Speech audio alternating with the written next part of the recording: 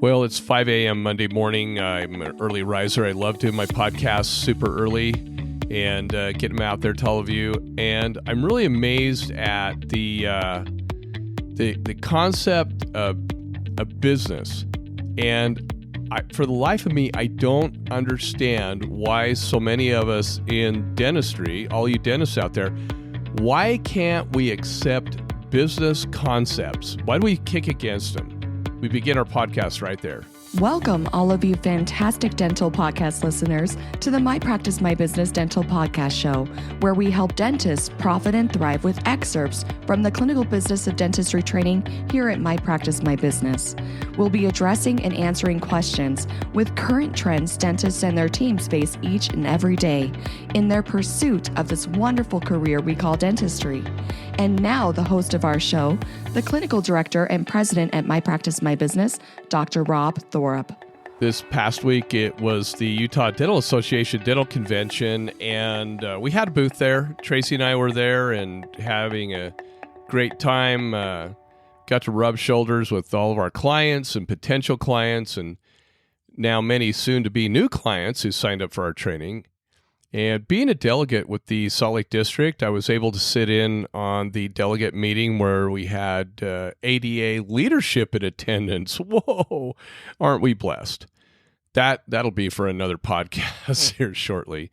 I'm hoping they do away with those meetings. What a waste of time. Just a delegate meeting. We sit there and just things are proposed and ran in and out, and it's just crazy. The ADA delegate meeting, what a joke there. You get dentists from all over the country who can't agree on anything, and that's kind of another funny story too. But what I want to address on is what one doc said to one of our team members at our booth. When our team member asked the doc if he had heard about My Practice, My Business, he said, "Oh yes, I've heard about My Practice, My Business, both good and bad." It kind of took our team member back a little bit because, quite honestly, we pride ourselves in it doing a lot of good for people. And I was wondering, wow, the bad. Now, I wasn't in the booth at the time. I wish I had been. But of course, our astute team member, asked, what's the bad you're talking about? So now I understand I might offend some people. Surprise. Truth always does. But my team member wanted to know what bad he has heard about our company, because he has only experienced happy clients and non-clients alike that are happy with us, with his interactions. So the bad the doc referred to when asked was that we teach upselling, and he feels dentistry should not be upsold. Oh my gosh.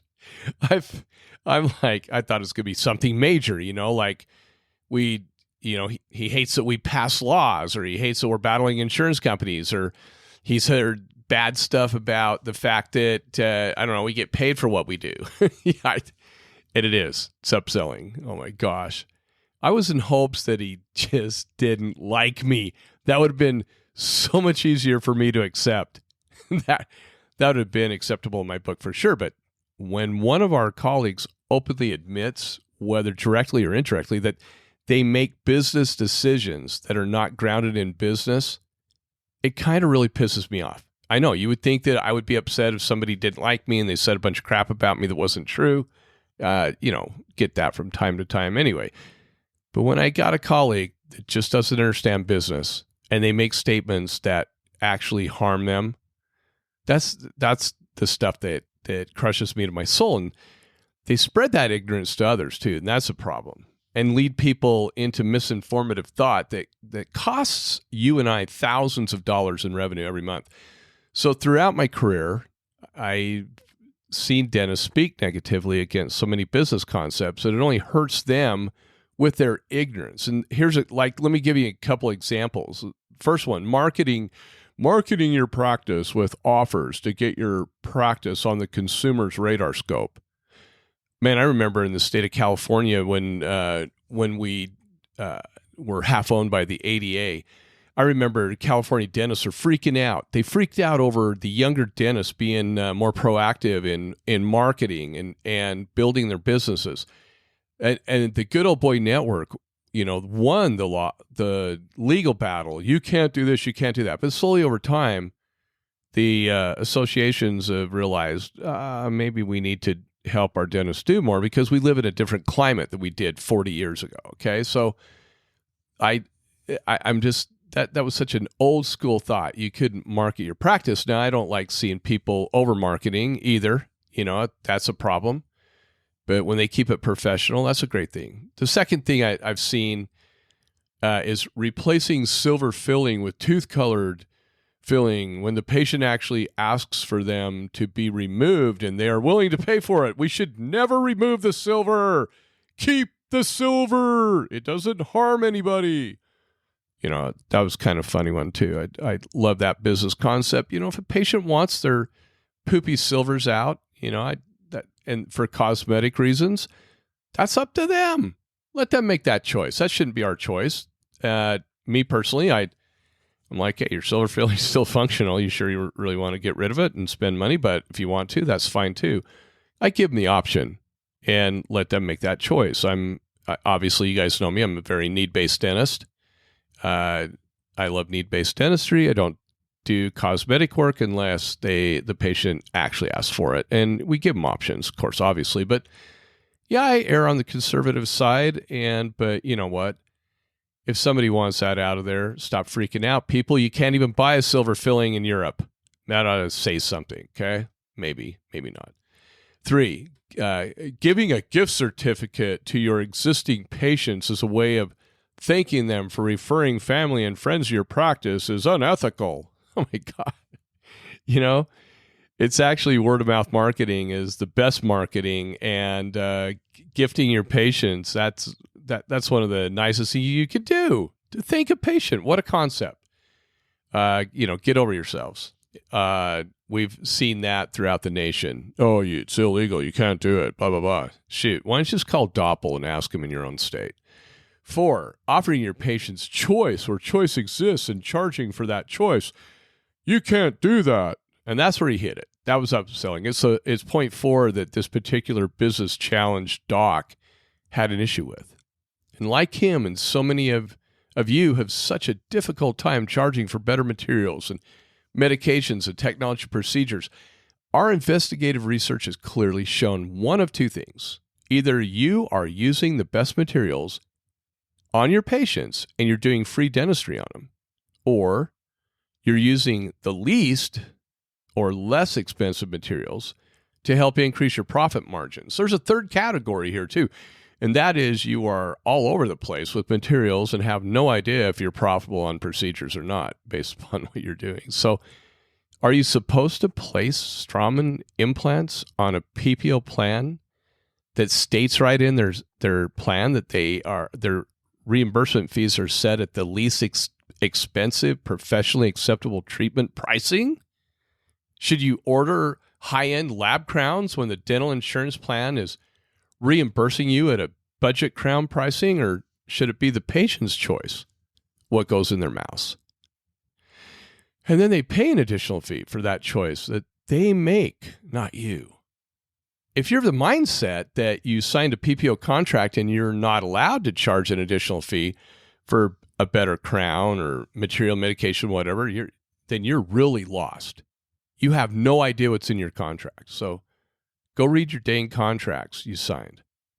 Go study your state laws. And after you do that, then we can have an intelligent conversation. Now, I say that with tongue in cheek because we're getting, how do I say this? Let's just say Delta Dental of Washington is getting ready to be taken to court, a trial by jury. And let's just say we're part of that because they're trying to control the quality of care. And at the UDA convention on day 2, I wasn't able to get over and have a conversation because we had a booth. We had to take it down. We had a lot of docs that were signing up right at the end there. I missed the meeting, so I called our executive. I said, hey, you got to get me in front of some ADA leadership because they're really letting their constituents down by not supporting stuff like this. So anyway, I'm going to do that on another podcast, give you guys an update on that. really interesting how Delta Dental, surprise, surprise, continues to step out of their lane in trying to control the quality of care that you and I deliver. And this kind of stuff needs to stop. Believe me, this week, the ADA executive is going to get an earful. So what is upselling? How is it defined?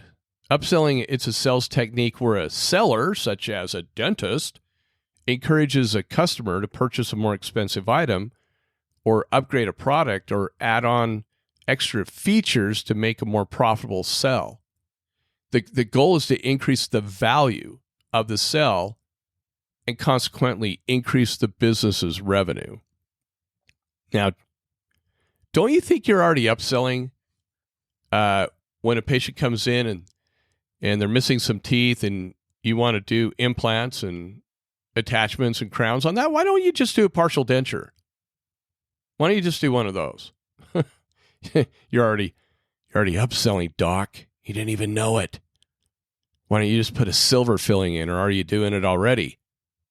When you ask them if they want tooth colored or you only do tooth color, you're upselling. Shame on you. You shouldn't upsell. Why did Straumann purchase Neodent? And why did Nobel purchase Implant Direct? They did so to be able to compete in the cheaper dental implant markets. Very few PPO dentists purchase those expensive dental implants. Yet, knowing what I know, I would want Straumann dental implants in my mouth if I needed one. And if I'm willing to pay for that better, more expensive dental implant, shouldn't it be my choice and not the financial limitations of the business strategies of the dental practice? Think that through. Shame on me. Shame on me for upselling my patients and allowing them to have choice in their treatment regimens. Or wait, is it shame on the doctor who feels that it's bad to offer choice with his patients and upselling or charging his patients for the choice that ethically and legally should be theirs and not his? How often do we see our colleagues express business viewpoints that simply are not grounded in business principles taught in the best business courses in our nation? Heads nod. Eyebrows are raised. Hands are gestured in political correct moves. And they pretend to know what they are talking about. I hate to be a spoiler, but Doc, no business runs that way except those I see in dentistry. Isn't that interesting? It's like, I hate to break it to you, but I got upsold, or should I say upgraded, on the mesh I received for my hernia surgery. Optometrists have been upgrading frames and lenses and contacts for years. Grocery stores upsell or upgrade food. Tires for your vehicle are not all created equal and have differing costs. Need I say more? And yet you're the one who complains about PPO fees. You're the one that complains about your reimbursement rates. You're the one that complains about the control that dental insurances have. But maybe you're the problem. The optometrist figured it out absolutely years ago. Vision insurance came out at the same time that dental insurance came out, and they've been upgrading frames and lenses and contacts, different qualities of those products, and they've been upgrading them for years. Why do dentists have such a hard time with these business concepts?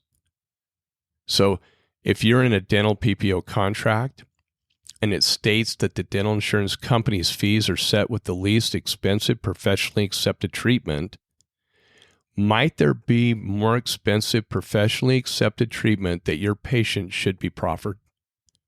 Shouldn't it be their choice on what their treatment should consist of? So then, why is the concept of upselling, or as I like to call it, offering value-added services, such a difficult concept for some dentists to comprehend? Why is it that in 3 states, Delta Dental tries to control that quality of delivery of care, And they freak out if you offer them choice. They call it unbundling when it's not unbundling at all. It's offering choice. And that's what we're going after them for, is trying to control the quality of care, just like they've been gone after in Washington before and California. If you Google lawsuits against Delta Dental, you'd be surprised at how many there are out there. And then when we had one of our colleagues make a statement, or he was at a meeting where there were American Dental Association executives, and the comment was made, and I need to write it down. I'm going to contact him this week. But he said, Rob, their statement was, it like pushing Medicare, Medicaid. Their statement was, well, we're headed towards socialized dentistry anyway, so we might as well try to accept it. Oh my gosh. And then they wonder why. They wonder why they're losing membership. Well, there's never been a more important time than now to learn how to run your dental practice like a business. Even if we get the support or not from the American Dental Association, it's time to run it like a business. I have to say, it's interesting that the ADA is making all of a sudden this paradigm shift in who they are, rebranding what they do. We'll see how that works out for them. I hope it works well, because nothing is more powerful than organized dentistry. But let's see where their priorities are in the next 5 years. If you're thinking about relying on some DSO, here's another one, or corporate entity to take over the running of your dental practice, please don't be fooled by those groups if you think that's where profitability lies. They don't know much more than you do, Doc. And with our training here at MPMB, you'll definitely know more than they ever will. And you can begin to tap into business potential you never imagined you could. I hope to see you at one of our trainings. Everybody, I hope you have a fantastic day. Thanks for listening.